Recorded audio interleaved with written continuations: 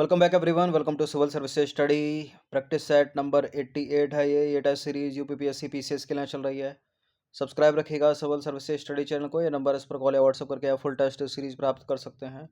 Practice करेंगे इसमें हम जीके और करंट अफेयर्स के प्रश्नों पर। क्वेश्चन नंबर 1 यहाँ पर है, लोकपाल और लोकायुक्त अधिनियम, ठीक है, इसका ईयर पूछ रहा है। लोकपाल और लोकायुक्त अधिनियम केंद्र में एक लोकपाल और राज्यों में एक लोकायुक्त का प्रावधान करता है। इसकी स्थापना निम्नलिखित में से किस वर्ष की गई थी? पीसीएस के एग्जाम में इस तरह के प्रश्न पूछे जाते हैं। वर्ष 2016 में, 14 में, 13 में, 15 में। लोकपाल और लोकायुक्त अधिनियम 2013 जो प्रावधान करता है केंद्र में एक लोकपाल और राज्यों में एक लोकायुक्त। ठीक है, देखिए, लोकपाल एवं लोकायुक्त अधिनियम 2013 ने केंद्र में यानी संघ में एक लोकपाल और राज्यों में लोकायुक्त का प्रावधान करता है। लोकपाल और लोकायुक्त, ये लोकपाल तथा लोकायुक्त कुछ निश्चित श्रेणी के सरकारी अधिकारियों के विरुद्ध लगे भ्रष्टाचार के आरोपों की जांच करते हैं।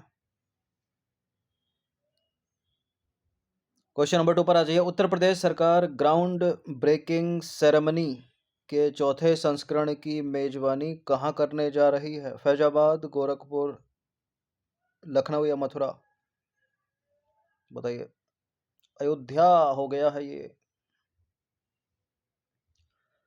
इसका उत्तर है लखनऊ, सी। देखिए, उत्तर प्रदेश सरकार लखनऊ में ग्राउंड ब्रेकिंग सेरेमनी के चौथे संस्करण की मेजबानी करने वाली है, जिसका उद्देश्य 10 लाख करोड़ रुपए के निवेश प्रस्तावों को लागू करना है। उज्ज्वला 2.0 योजना किस वर्ष शुरू की गई थी? उज्ज्वला 2.0 योजना है वर्ष 2021 की। बी है इसका आंसर।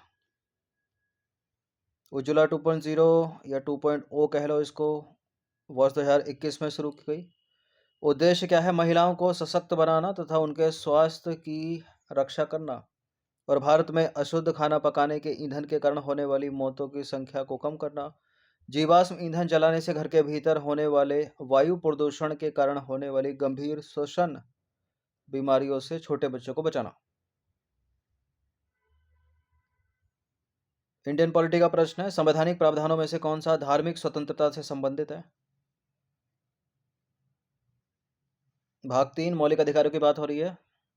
अनुच्छेद 12 से 35 में आपके मौलिक अधिकारों का वर्णन है। किस अनुच्छेद में क्या क्या है, इंपॉर्टेंट है, किसी भी एग्जाम में किसी भी आर्टिकल से प्रश्न कर लेगा। अनुच्छेद 17 अस्पृश्यता का अंत किया जाता है, यानी अनटचेबिलिटी है इसमें।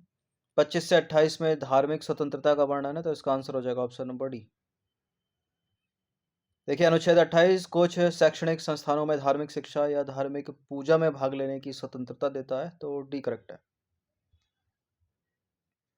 क्वेश्चन नंबर 5 पर आ जाइए। राष्ट्रीय ग्राम स्वराज अभियान, राष्ट्रीय ग्राम स्वराज अभियान किस वर्ष शुरू किया गया?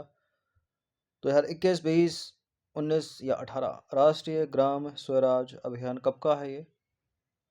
यह है वर्ष 2018 का। ऑप्शन नंबर ए है इसका आंसर। राष्ट्रीय ग्राम स्वराज अभियान पंचायती राज मंत्रालय की एक योजना है, जिसे वर्ष 2018 में शुरू किया गया था। संशोधित राष्ट्रीय ग्राम स्वराज अभियान का प्राथमिक उद्देश्य है विकसित विकास लक्ष्यों को पूरा करने के लिए पंचायतों की शासन क्षमताओं को विकसित करना, जो पंचायतों के दायरे में आते हैं।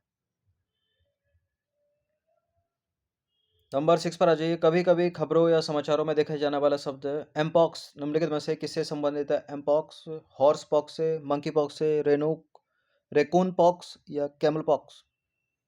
Mpox is equal to monkey pox, B है इसका आंसर। विश्व स्वास्थ्य संगठन यानी डब्ल्यूएचओ के अनुसार 1 जनवरी 2022 से 110 देशों में मंकी पॉक्स के कम से कम 85,765 मामलों की पुष्टि के साथ 1,382 संभावित मामले दर्ज किए गए। और इस रोग से सबसे अधिक प्रभावित देश संयुक्त राज्य अमेरिका था, जहां 29,948 मामलों की पुष्टि की गई। और डब्ल्यूएचओ ने इस बीमारी को मंकी पॉक्स के बजाय एमपॉक्स के रूप में संदर्भित करना चाहता है। मंकी पॉक्स एक जोनोटिक वायरल डिसीज है जिसके लक्षण चेचक के समान होते हैं, लेकिन यह कम संक्रामक है चेचक से। कांगो लोकतांत्रिक गणराज्य के अफ्रीकी देश में यह पहली बार वर्ष 1970 में मनुष्यों में पाया गया था। चेचक के उन्मूलन के लिए उपयोग किए जाने वाले टीके एम पॉक्स से सुरक्षा प्रदान करते हैं और इस रोग के इलाज के लिए नए टीके भी विकसित और स्वीकृत किए गए हैं। तो एम पॉक्स यानी मंकी पॉक्स। क्वेश्चन नंबर 7 पर आ जाइए। रक्त स्रावी बुखार निम्नलिखित में से किस वायरस के कारण होता है? Marburg virus, rota virus, human papilloma virus या इन्फ्लुएंजा? ये होता है मारबर्ग वायरस से। मारबर्ग वायरस से, ए है इसका आंसर। देखिए, मध्य अफ्रीका के भूमध्य रेखीय गिनी में मारबर्ग वायरस रोग के प्रकोप की पुष्टि की गई है। WHO के अनुसार मारबर्ग वायरस रोग अत्यधिक संक्रामक है, यानी हाईली कंटाजियस है, और इसके कारण होता है रक्तस्रावी बुखार, तेज बुखार, गंभीर सिर दर्द, चिंताजनक अस्वस्थता के कारण आकस्मिक रूप से शुरू होता है ये। और इस वायरस से संक्रमित होने वाले प्रत्येक 100 लोगों में से 88 के मरने की संभावना रहती है। यह जो वायरस है वो फ्रूट चमगादड़ यानी फ्रूट बैट से लोगों में फैलता है और संक्रमित लोगों के शारीरिक तरल पदार्थों से सतह सामग्रियों के सीधे संपर्क के माध्यम से अन्य मनुष्यों में फैलता है। मारबर्ग की पहचान पहली बार वर्ष 1967 में जर्मनी, बेलग्रेड और सर्बिया की प्रयोगशालाओं में एक साथ बीमारी फैलने के बाद दुर्लभ वायरस के रूप में की गई थी। विश्व मौसम विज्ञान संगठन का मुख्यालय कहाँ पर है? विश्व मौसम विज्ञान संगठन का मुख्यालय वहीं पर है जहाँ पर WHO का मुख्यालय है, यानी जिनेवा के स्विट्जरलैंड के जिनेवा में। सी है इसका आंसर। विश्व मौसम विज्ञान संगठन यानी WMO 192 देशों की सदस्यता वाला एक अंतर सरकारी संगठन है। भारत भी इसका मेंबर है और इसका जो हेडक्वार्टर है स्विट्जरलैंड के जिनेवा में। बहुत सारे हेडक्वार्टर हैं स्विट्जरलैंड के जिनेवा में। क्वेश्चन नंबर 9 पर आ जाइए। निम्नलिखित में से कौन सा देश पशुओं को कानूनी अधिकार देने वाला विश्व का पहला देश है? Ecuador, option number C. दक्षिण अमेरिकी देश है इक्वाडोर। पशुओं को कानूनी अधिकार देने वाला विश्व का पहला देश है ये। क्वेश्चन नंबर 10 है। किब्बर वन्यजीव अभ्यारण्य कहाँ पर स्थित है? किब्बर वन्यजीव अभ्यारण्य स्थित है स्टेट में, किसी यूटी में नहीं है। तो लद्दाख को हटा दीजिए, जम्मू कश्मीर को हटा दीजिए, यह है हिमाचल प्रदेश में। सी है इसका आंसर। किब्बर वन्यजीव अभ्यारण्य है हिमाचल प्रदेश में, सीधे सीधे याद रखिएगा। क्वेश्चन नंबर 11 है। निम्नलिखित में से किसे विश्व की हिम तेंदुआ राजधानी कहा जाता है? किब्बर वन्यजीव अभ्यारण्य इसका उत्तर नहीं है। गंगोत्री नेशनल पार्क नहीं है, रामगंगा नेशनल पार्क नहीं है, इसका उत्तर है हेमिस नेशनल पार्क। देखिए, लद्दाख में हेमिस नेशनल पार्क को विश्व की हिम तेंदुआ राजधानी कहा जाता है। अंतर्राष्ट्रीय हिम तेंदुआ दिवस जो है वो 23 अक्टूबर को मनाया जाता है, क्योंकि इस दिन हिम तेंदुआ यानी हिम तेंदुआ को बोलते हैं स्नो लेपर्ड उसके संरक्षण पर विशेष घोषणा को अपनाया गया था 23 अक्टूबर को। हिस्ट्री का प्रश्न है। दिल्ली में हुमायूं का मकबरा किसने बनवाया? दिल्ली में हुमायूं का मकबरा बनवाया है हाजी बेगम ने। हुमायूं टॉम की बात हो रही है, ए है इसका आंसर। ठीक है, जब ये बन रहा था तो इसमें हुमायूं के बेटे अकबर ने भी इसमें संरक्षण दिया था। देखिए, दिल्ली स्थित हुमायूं का जो मकबरा है एक महान मुगल वास्तुकला का बेहतरीन नमूना है। इस मकबरे का निर्माण 1570 में हुआ था। यह जो मकबरा है वो विशेष सांस्कृतिक महत्व का है, क्योंकि यह भारतीय उपमहाद्वीप का पहला उद्यान मकबरा है और इसे मुगलों का शयनागार भी कहा जाता है, क्योंकि इसके कक्षों में 150 से अधिक मुगल परिवार के सदस्य दबे हुए हैं। इस मकबरे का निर्माण हुमायूं की पहली एवं प्रमुख पत्नी हाजी बेगम, महारानी बेगा बेगम जिसे हाजी बेगम के नाम से भी जाना जाता है, ने करवाया था। और जब ये मकबरा बन रहा था तो हुमायूं के पुत्र अकबर ने भी इसे संरक्षण दिया था। क्वेश्चन नंबर 13 है। भारत के निम्नलिखित स्थापत्य इमारतों को विश्व धरोहर स्थल के रूप में मान्यता के वर्ष के रूप में निम्नलिखित में से कौन सा सही है? ताजमहल को यूनेस्को की धरोहर में शामिल किया गया 1983 में, लाल किले को वर्ष 2007 में। क्या ये दोनों के दोनों करेक्ट हैं या ऊपर नीचे इंटरचेंज करें इनको? ठीक है, दोनों के दोनों ही सही है, सही है, सी है इसका आंसर। ताजमहल की बात करें तो शाहजहां ने अपनी पत्नी मुमताज महल की याद में वर्ष 1632 से 1653 के बीच इसका निर्माण करवाया था। यूनेस्को ने वर्ष 1983 में ताजमहल को विश्व धरोहर स्थल के रूप में मान्यता दी। आगरे में स्थित है ये, यूपी के। लाल किले की बात करें तो वर्ष 1618 में शाहजहां ने इसका निर्माण तब करवाया जब उसने राजधानी को आगरे से दिल्ली स्थानांतरित करने का फैसला किया? यह मुगल शासकों का निवास स्थान था, ये लाल किला। और यूनेस्को ने इसे वर्ष 2007 में विश्व धरोहर स्थल के रूप में नामित किया है। क्वेश्चन नंबर 14 है, इंपॉर्टेंट प्रश्न है। इंडियन एसोसिएशन के संस्थापक कौन थे? सुरेंद्र नाथ बनर्जी, A.O. ह्यूम, बाल गंगाधर तिलक, दादा भाई नौरोजी। कोई नौरोजी इसका आंसर है? बताइए, ए या डी? इसका आंसर है सुरेंद्र नाथ बनर्जी। कोई सॉरी, बनर्जी इसका आंसर है। डी है इसका आंसर, नौरोजी नहीं। ऊपर तो नौरोजी, नीचे बनर्जी है। सुरेंद्र नाथ बनर्जी और आनंद मोहन बोस ने कब 1876 में कलकत्ता में भारतीय संघ यानी इंडियन एसोसिएशन की स्थापना की? तो इसके नाम से भी आ सकता है, इसके नाम से भी आ सकता है, याद रखिएगा दोनों को। इस एसोसिएशन का उद्देश्य एक आम राजनीतिक कार्यक्रम और एक मजबूत जनमत बनाने के लिए राष्ट्र को एकजुट करना था। और बाद में इस राजनीतिक संगठन का इंडियन नेशनल कांग्रेस में विलय हो गया, भारतीय राष्ट्रीय कांग्रेस में विलय हो गया। क्वेश्चन नंबर 15 पर आ जाइए। परमहंस मंडली की स्थापना किस राज्य में हुई थी? परमहंस मंडली की स्थापना हुई थी महाराष्ट्र में। सी है इसका आंसर। परमहंस मंडली इसकी स्थापना 1849 में महाराष्ट्र में दादोबा पांडुरंग और रामचंद्र जयकर ने की थी। इसके संस्थापक एक ईश्वर में विश्वास करते थे और मुख्य रूप से जाति के नियमों को तोड़ने में रुचि रखते थे। इसकी बैठकों में सदस्य निम्न जाति के लोगों द्वारा पकाया गया भोजन ग्रहण करते थे और वे महिलाओं की शिक्षा और विधवा पुनर्विवाह में विश्वास करते थे। क्वेश्चन नंबर 16 पर आ जाइए। निम्नलिखित में से कौन सा व्यक्तित्व या व्यक्ति अलीगढ़ आंदोलन से संबंधित है? सैयद अमीर अली, अबुल कलाम आज़ाद, मौलाना मोहम्मद अली जिन्ना या सैयद अहमद खान? अलीगढ़ आंदोलन से संबंध रखते हैं Syed Ahmad Khan. Option number A है इसका आंसर। सैयद अहमद खान अलीगढ़ आंदोलन से जुड़े थे, जो 19वीं शताब्दी में एक सामाजिक धार्मिक सुधार आंदोलन था। जो कौन?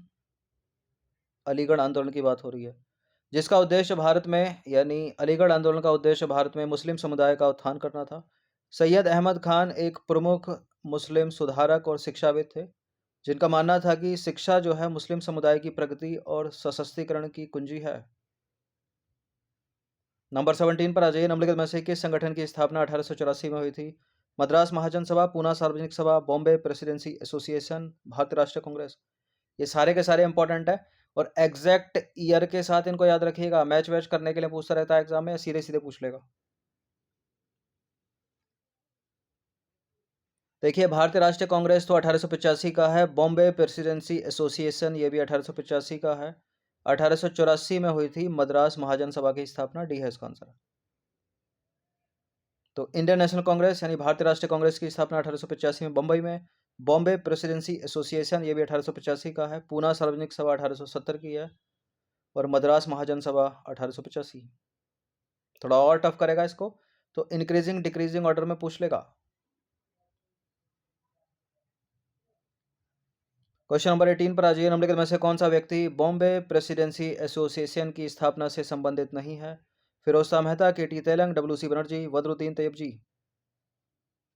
बॉम्बे प्रेसिडेंसी एसोसिएशन जिसकी स्थापना हुई थी 1885 में, किसने की थी? फिरोज शाह मेहता ने, के.टी. तेलंग ने, बदरुद्दीन तैयब जी ने। W.C. बनर्जी।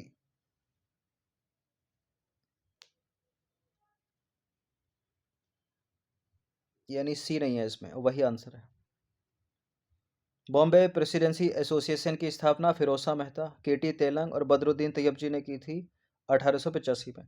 लिट्टन और इल्बर्टविल विवाद की प्रतिक्रियावादी नीतियों के कारण हुई थी बॉम्बे प्रेसिडेंसी एसोसिएशन की स्थापना या गठन। क्वेश्चन नंबर 19 पर आ जाइए। आर्य समाज, अब इसमें कुछ पता नहीं चल रहा है क्वेश्चन नंबर 19 में कि सही बताना है या गलत बताना है। इनकरेक्ट पूछा, करेक्ट पूछा, लेकिन 4 विकल्प पढ़ लेंगे तो उसी में इसका आंसर होगा। आर्य समाज मूर्ति पूजा में विश्वास करता है, अवतारवाद में विश्वास करता है, छुआछूत और जातिगत भेदभाव का विरोध करता है, महिलाओं और शूद्रों को वेद पढ़ने की अनुमति नहीं देता। महिलाओं और शूद्रों को हट छूट गया यहाँ पर। क्या होना चाहिए इसका आंसर? देखिए, आर्य समाज जो है दयानंद सरस्वती का, वो मूर्ति पूजा में विश्वास नहीं करता, अवतारवाद, बलिदानवाद इन सब में विश्वास नहीं करता, छुआछूत और जातिगत भेदभाव का विरोध करता है, तो ये ठीक हो गया। महिलाओं और शूद्रों को वेद पढ़ने की अनुमति देता है, तो सी लगाएंगे इस तरह का आंसर। और ये तभी पता होगा जब उस टॉपिक के बारे में आपने पढ़ा होगा, याद होगा। आर्य समाज की बात करें तो दयानंद सरस्वती द्वारा एक हिंदू सुधार आंदोलन था ये। और दयानंद सरस्वती ने 1875 में बंबई में स्वामी विजयानंद से प्रभावित होकर आर्य समाज को प्रेरित किया। कहाँ के थे ये विजयानंद? ये थे मथुरा के। बाकी आर्य समाज जो है वो शुद्ध वैदिक परंपरा में विश्वास करता है। मूर्ति पूजा, अवतार, बलिदान, ईसाई कर्मकांड और अंधविश्वास को खारिज करता है। इसमें छुआछूत और जातिगत भेदभाव का विरोध किया गया है और महिलाओं और शूद्रों को भी यज्ञोपवीत धारण करने यानी जनेयू और वेद पढ़ने का अधिकार दिया गया है। चौथा स्टेटमेंट कह रहा था नहीं दिया गया, इसलिए गलत है वो। क्वेश्चन नंबर 20 और अंतिम प्रश्न है ये। भारत के किस गवर्नर जनरल के कार्यकाल के दौरान हिंदू विधवा पुनर्विवाह अधिनियम पारित किया गया? Lord Mayo, Lord Canning, Lord Ellenborough, Lord Amherst. इसका आंसर है लॉर्ड कैनिंग। ठीक है, बी है इसका आंसर। देखिए, हिंदू विधवा पुनर्विवाह अधिनियम को लॉर्ड डलहौजी द्वारा तैयार किया गया और लॉर्ड कैनिंग के कार्यकाल के दौरान अधिनियमित किया गया। प्रश्न क्या पूछ रहा था? अधिनियमित ही पूछ रहा था, तो बी है इसका आंसर। यह जो अधिनियम है वो मुख्य रूप से पंडित ईश्वर चंद्र विद्यासागर के प्रयासों के कारण पारित किया गया। लॉर्ड कैनिंग की बात करें, 1856 से 1862 तक भारत के गवर्नर जनरल के रूप में काम किया इन्होंने। इस प्रश्न में एक नाम और है, मतलब इस एक्सप्लेनेशन में एक नाम और निकलता है डलहौजी का, तो उनके बारे में देख लेते हैं। डलहौजी को भारत में पहली रेलवे लाइन बिछाने और लोक निर्माण विभाग की स्थापना जैसी उपलब्धियों के लिए भी जाना जाता है। उसके कार्यकाल के दौरान वोट्स डिस्पैच 1884 भी पारित किया गया। इस वोट्स डिस्पैच को भारतीय शिक्षा का मैग्ना कार्टा भी कहा जाता है। तो ये 20 प्रश्न थे इंपॉर्टेंट। इसी तरह के प्रश्न एग्जाम में पूछे जाते हैं। ठीक है, हर दिन प्रैक्टिस करते रहिएगा जो भी टेस्ट आता है नया। धन्यवाद। क्योंकि सारे टॉपिक इससे कवर हो जाएंगे, जीएस के भी और करंट अफेयर्स भी साथ साथ में।